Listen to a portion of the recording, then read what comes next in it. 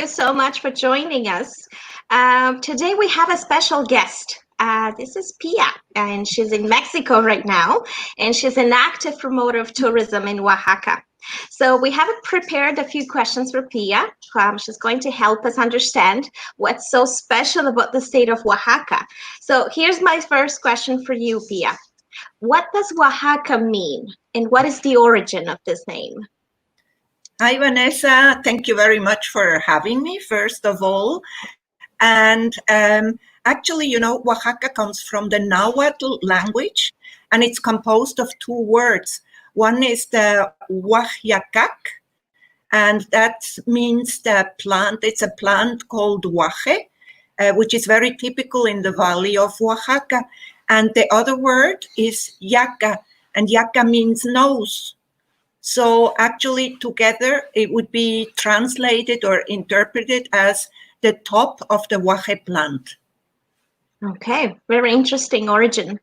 Now, why is Oaxaca a must-see destination for those who come from abroad? You can hear it from my accent. I'm also from abroad. I came to live in Oaxaca 30 years ago.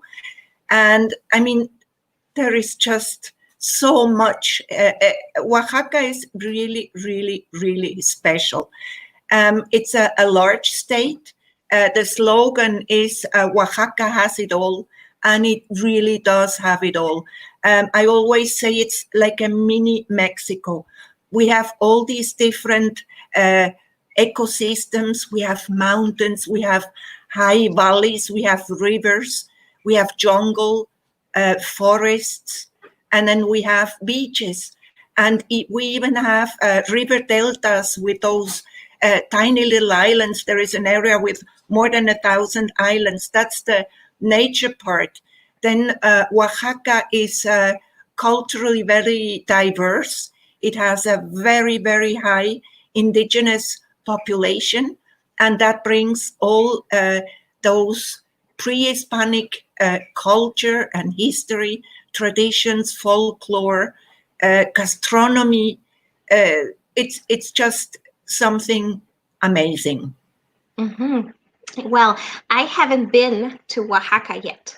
And so for those of us who haven't visited the place yet, or the state, can you tell us where this cultural richness comes from?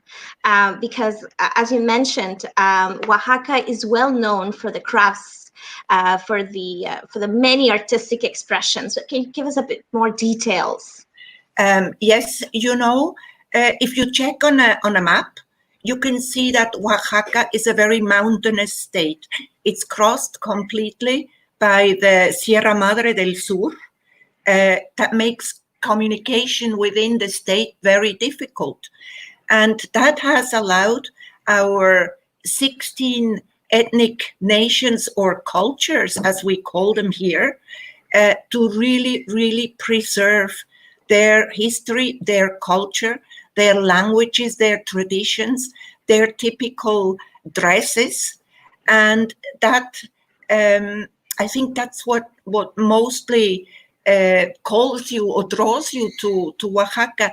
That's one thing I always notice when I go to Oaxaca, to the market, or even here on the coast of Oaxaca. You go to the markets and the ladies dress in their traditional dresses and skirts, and they don't do it for the tourists. It's because that's the way they dress, and that's part of their life and their culture. Mm-hmm. Now, as you mentioned, there is a strong sense of tradition in Oaxaca, but there are new artistic and cultural trends emerging now too. Can you tell us a bit more about that? Yes, of course. The influence in Oaxaca, you see really, as you say, everything is merging. We have a very, very important pre-Hispanic history and culture, but then also from when the Spaniards were here for those 200-300 years, all the colonial influence, and now we have our modern life. So I think what they're really doing is they're mixing the best of everything. We can see it in the music, where we have the traditional Oaxacan music, and then you get artists like Lila Downs. She's very famous, who can interpret it into modern music. And then we also see designers that use the traditional Oaxacan embroideries or weaving customs, and they translate it to really modern dresses and blouses and really just fashionable clothes to wear to any fiesta or any party. We call that ethno-fashion. Okay. Now, the textiles from Oaxaca, they are absolutely breathtaking. But would you say that this is perhaps the main or the one of the greatest things that Oaxaca has given the world, or is there something else that we should take into account? You know, Oaxaca has so many different arts and crafts. Yes, probably all the textiles, they may be the most well-known or the most colorful, the one that you easily see outside of Oaxaca, outside of Mexico. But there are so many other arts and crafts that we see. We have the black pottery, the green pottery.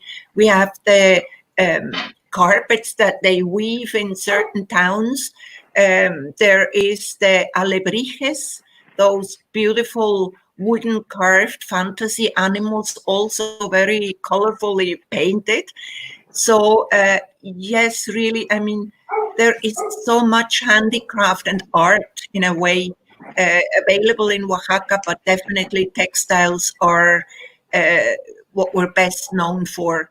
And also to the point where Oaxaca has had lawsuits because there are international famous designers who have used without permission traditional Oaxacan designs that come, you know, from pre-Hispanic designs that belong to the Oaxacan people and to the specific ethnic nation or indigenous culture. Yeah. Now, you mentioned before that Oaxaca has it all. That's the slogan of the state.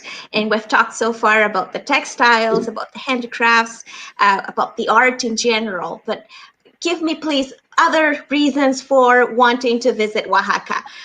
Perhaps we can talk about the weather, maybe the destinations, the landscapes. You know what is the most important? The people. The people. You don't know how nice Oaxacan people are.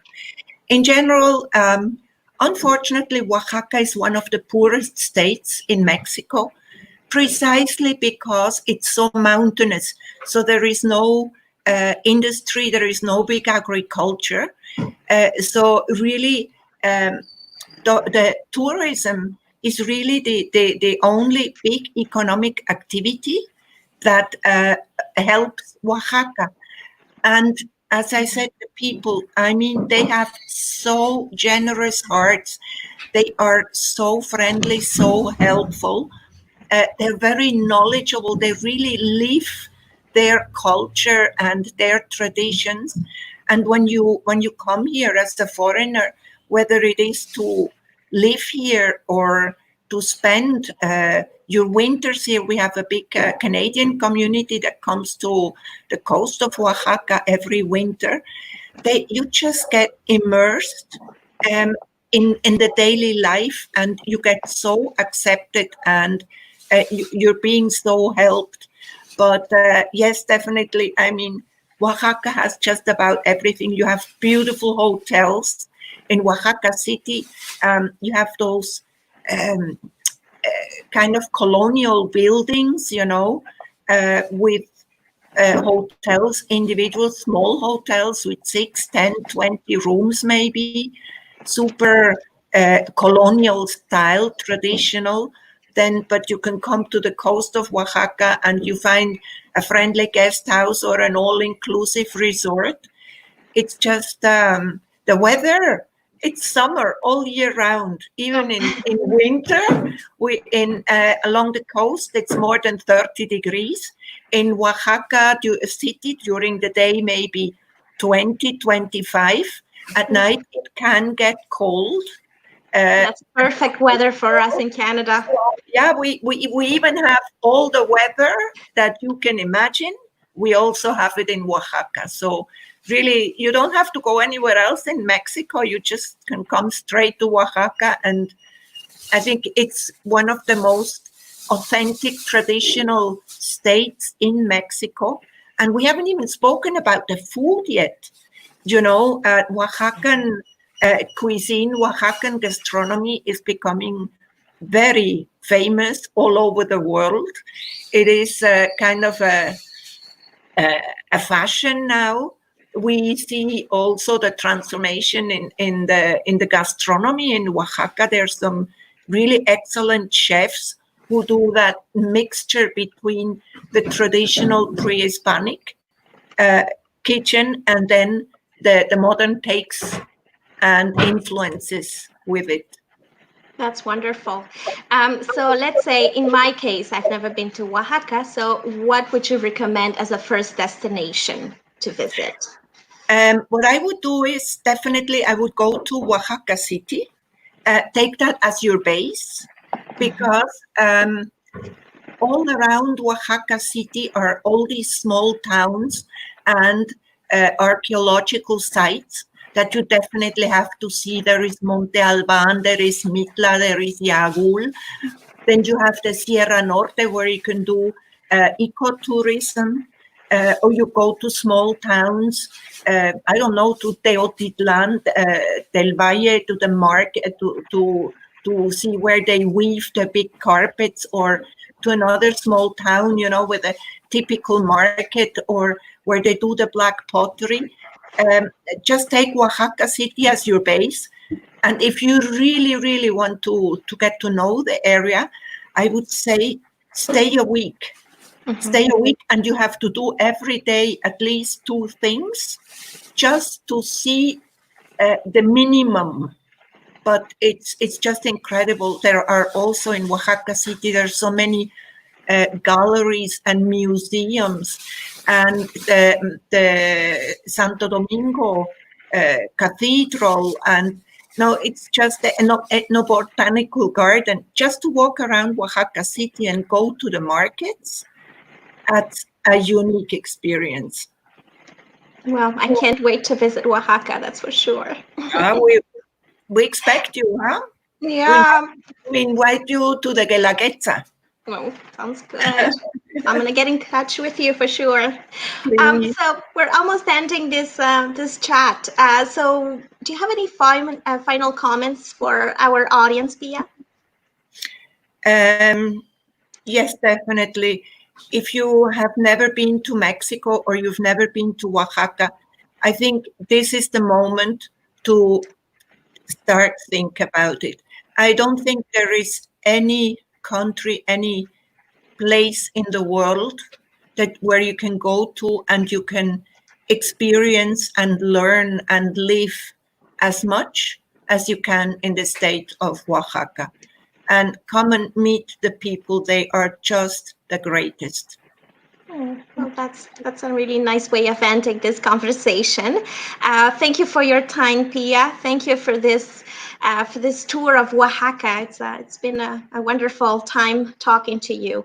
And thank you for helping us understand why Oaxaca has been called Mexico's art mecca.